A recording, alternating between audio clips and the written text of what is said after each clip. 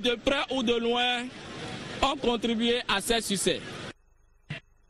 La commune de Comé dispose désormais d'un creuset dénommé AMIC, entendez Association pour une meilleure intégration des citoyens de Comé, une association qui a pour rôle de participer activement au processus de développement de la commune de Comé. La cérémonie de sa sortie officielle a eu lieu hier, samedi, au stade municipal de la ville. Le compte rendu est signé Nouroudine Moussa.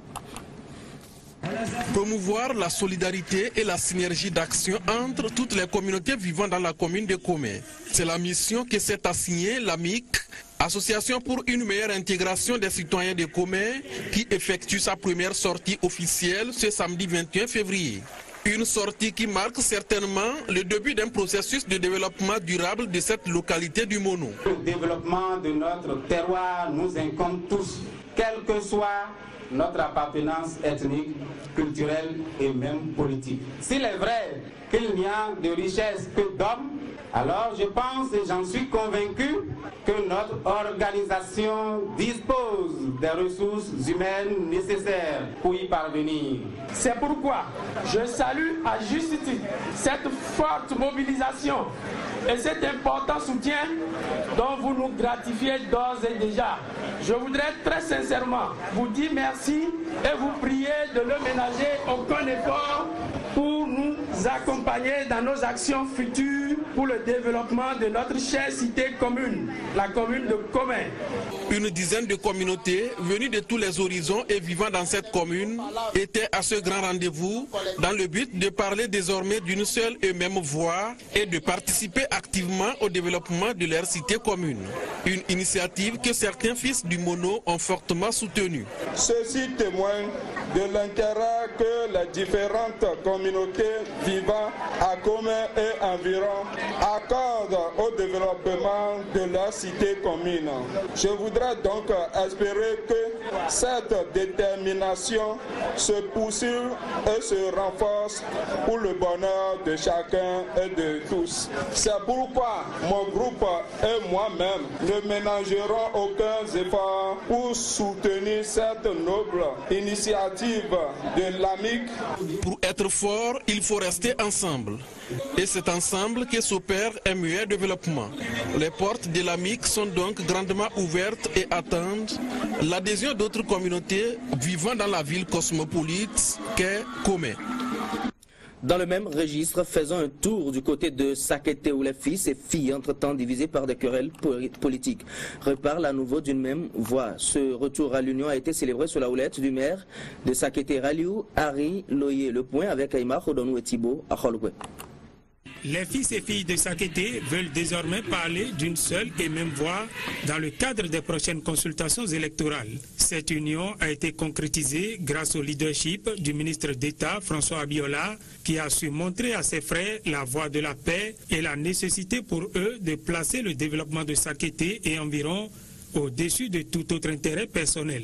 Cette sortie des têtes de pont de la politique à Sakété est pour célébrer cette union retrouvée. Ce jour où une joie immense m'anime, je voudrais par votre permission demander à tout un chacun de nous lever haut les mains pour dire merci.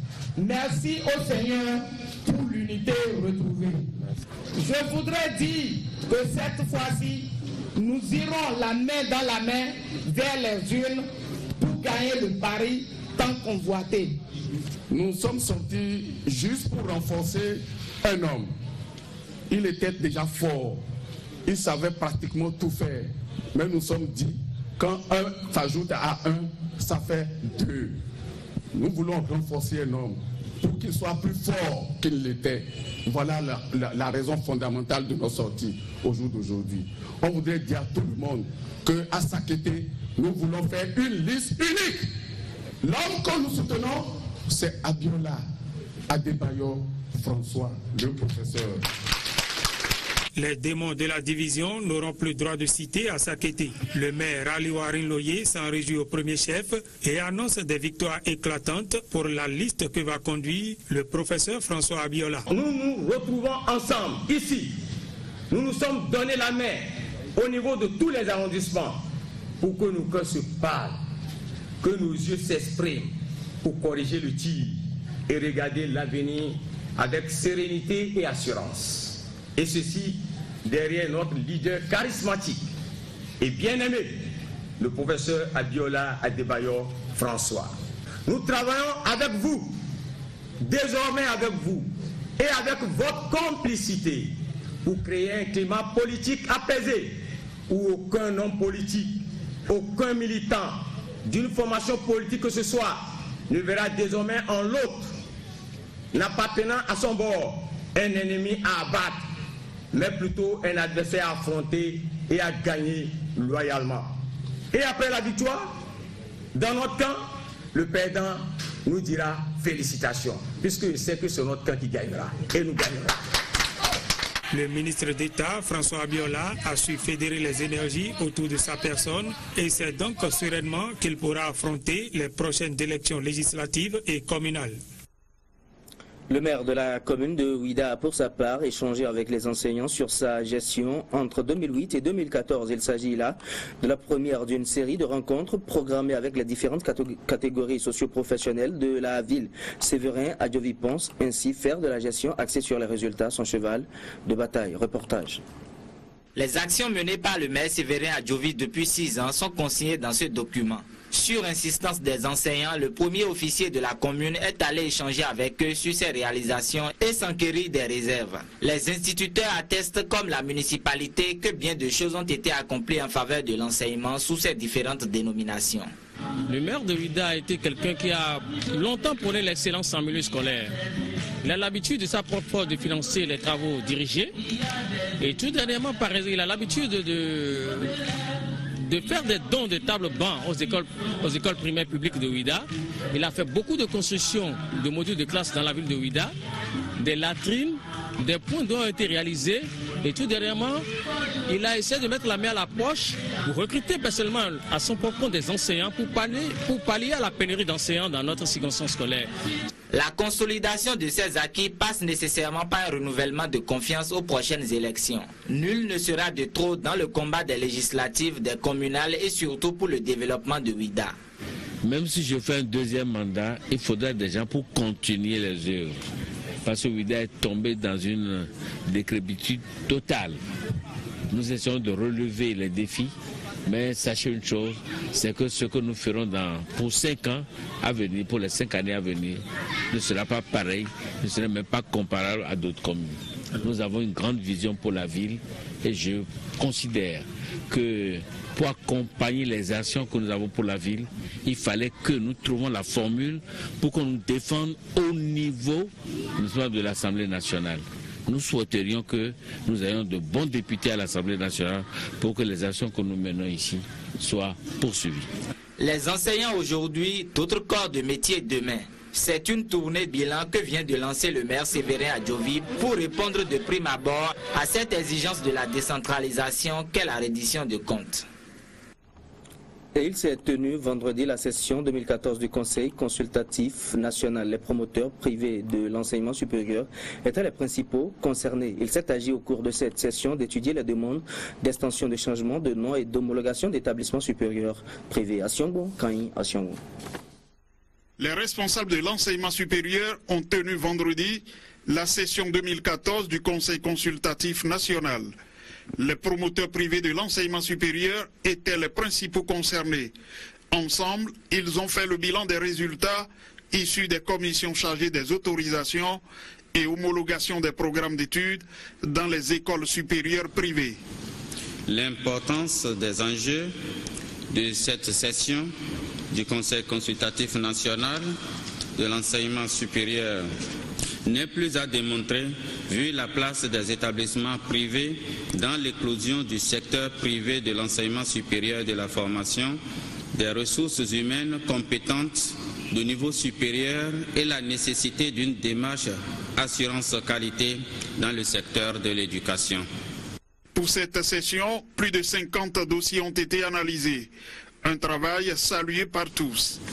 Mes remerciements vont aux membres du secrétariat permanent du Conseil consultatif national de l'enseignement supérieur et à tous nos collaborateurs qui ont su synthétiser les résultats des travaux des 2 commissions suspensionnées pour élaborer le document de travail de notre session. Le travail du Conseil national à travers ces deux commissions a permis de faire des visites sur site de création. À cet effet, des observations et des recommandations ont été faites aux promoteurs d'écoles supérieures. Descente maintenant du directeur général du Fonds national de promotion de l'entreprise et de l'emploi des jeunes dans diverses unités de production des bénéficiaires installés dans l'Ouémé et le plateau. Christophe Vignigbe a pu toucher du doigt l'effectivité des activités objets de financement de la part du FNPEJ. Il a saisi l'occasion pour appeler les jeunes entrepreneurs au remboursement rapide du fonds. Le point avec Herman Parfait à Nyambosso. D'une unité de production et de commercialisation à l'autre, les réalités ne sont pas les mêmes. Dans leur diversité, Christophe Vignigbe découvre les siens. La tournée entreprise par l'équipe du FNPEJ ce jeudi 19 février 2015, dans l'Ouémé le plateau, aura permis à plus d'un de toucher du doigt les réalités qui sont celles de l'entrepreneuriat des jeunes. C'est la preuve que si on fait confiance à la jeunesse, on peut faire de grandes choses. Porto Novo, Akpromis Traité, Gangbo Adjou Adjawere ont été les principaux points de chute de la délégation du FNPEJ. Entre l'imprimeur qui est au travail, le maraîcher, l'éleveur, le pisciculteur et bien d'autres acteurs de la chaîne de production du FNPEJ, le nouveau dispositif d'intervention du dit fonds a montré tous ses avantages. L'arrivée de ce fonds m'a permis de faire grandir et de faire beaucoup de la production. Avant, j'étais à une production de 2 tonnes par an. Mais aujourd'hui, maintenant, on peut dire cette année, j'irai jusqu'à 7 tonnes. Sans le financement de la FNPEJ, on ne serait pas ici aujourd'hui. On ne serait pas sur le site. Et vous voyez devant vous, il y a des étangs naturels. Et puis il y a des caillasses dedans. Avec ce que j'ai reçu comme fonds. Je remercie le DG FNPEJ. Je remercie aussi le président de la République, son Excellence, M. Thomas Boniaï, et pour tout ce qu'il fait pour la jeunesse. La démarche du directeur général du FNPEJ a pour objectif premier de vérifier l'usage qui est fait des fonds alloués aux jeunes. Le FNPEJ a entamé depuis novembre 2014 une nouvelle phase d'attribution de financement à des bénéficiaires qui, pour la plupart, ont montré leur pleine conscience des enjeux. Ils ont à cœur le remboursement du crédit afin de permettre à d'autres jeunes de s'offrir des possibilités de financement. Pour ceux qui sont dubitatifs encore, je les exhorte à suivre le canevas initié par le FNPEJ.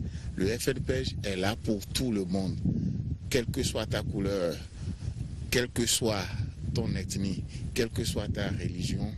Nous sommes là pour chaque jeune béninois, fille comme garçon, âgé de 18 ans à 40 ans.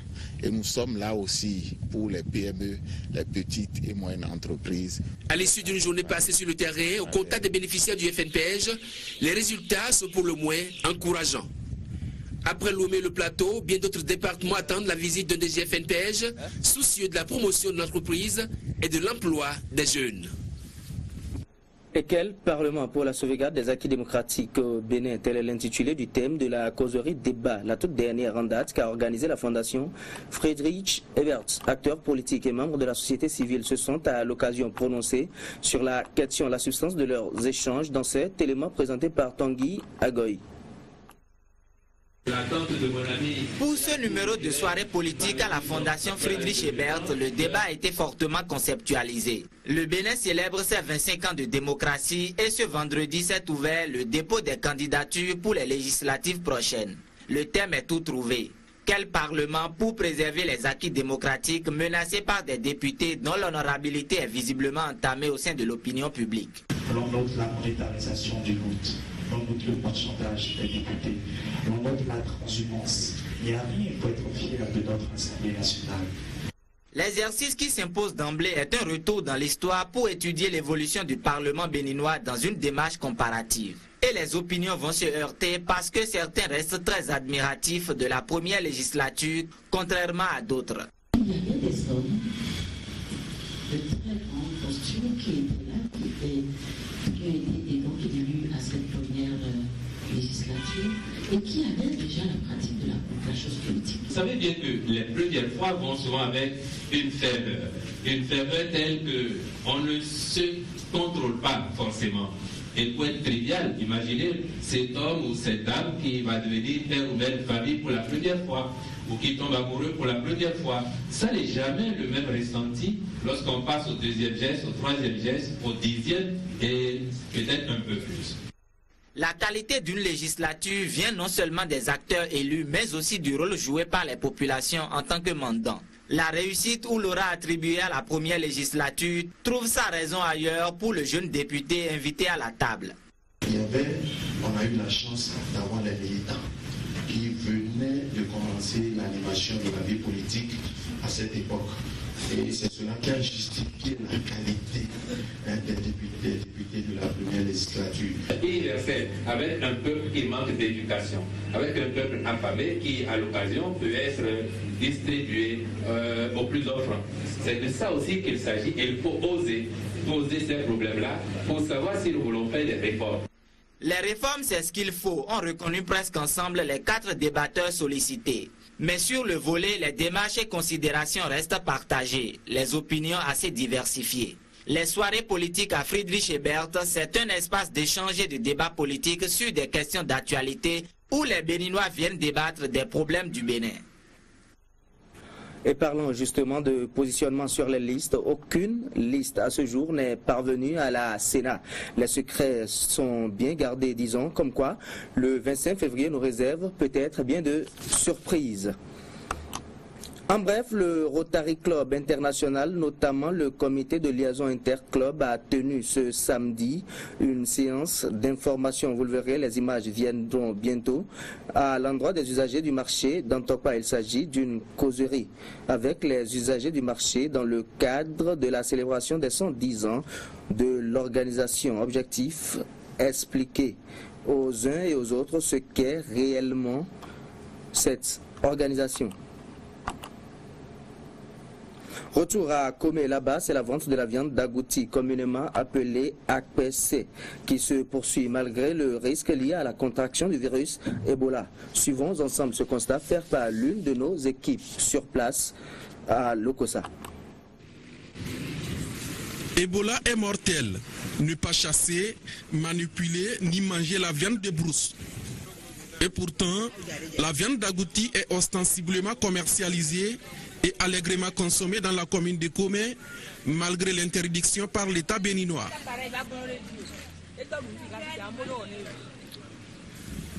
Nous sommes ici au quartier Djonké de Komé, situé au bord de la voie inter-État Cotonou-Ila-Kondi.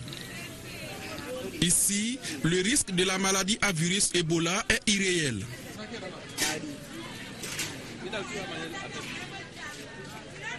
La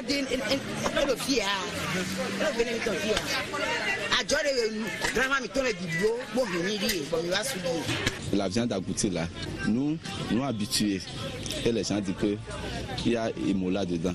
Mais depuis que moi je suis né là, c'est la viande agoutie que ma mère m'a préparée, que je mange. Les dimanches là, nous nous réunions pour aller à la chasse, tuer les rats et venir à la maison faire du pilon. Non, parce que nous attendons ça. On ne croit pas que cette maladie-là va arriver chez nous ici. Communément appelé ACTC, le commerce de la viande d'agouti est aussi vieux que le monde, mais nourrit toujours son homme. ACTC a job yemi on a le come. Kemi le wajoa et didi. A joa le fifia ou 50 ans. 2014 la fifia. Et nyava. Nous, femmes de Komé, notre principal métier, c'est la vente de la viande d'agouti appelée APC. Cela fait plus de 50 ans que ce commerce existe et nous sommes plus d'une centaine à vendre APC. Mais depuis 2014, on a appris à travers les radios et télévisions qu'il y a une maladie appelée Ebola. Mais nous, on ne peut pas laisser. C'est grâce à ça qu'on se nourrit, qu'on envoie nos enfants à l'école. Si on laisse maintenant, on va satisfaire nos besoins communs. C'est pour cela la plupart d'entre nous préfèrent acheter l'agouti qui est élevé à la maison. Malheureusement, Ebola existe se transmet à l'homme à partir des animaux sauvages et se propage ensuite dans les populations par transmission interhumaine. L'épidémie d'Ebola est donc un problème de comportement.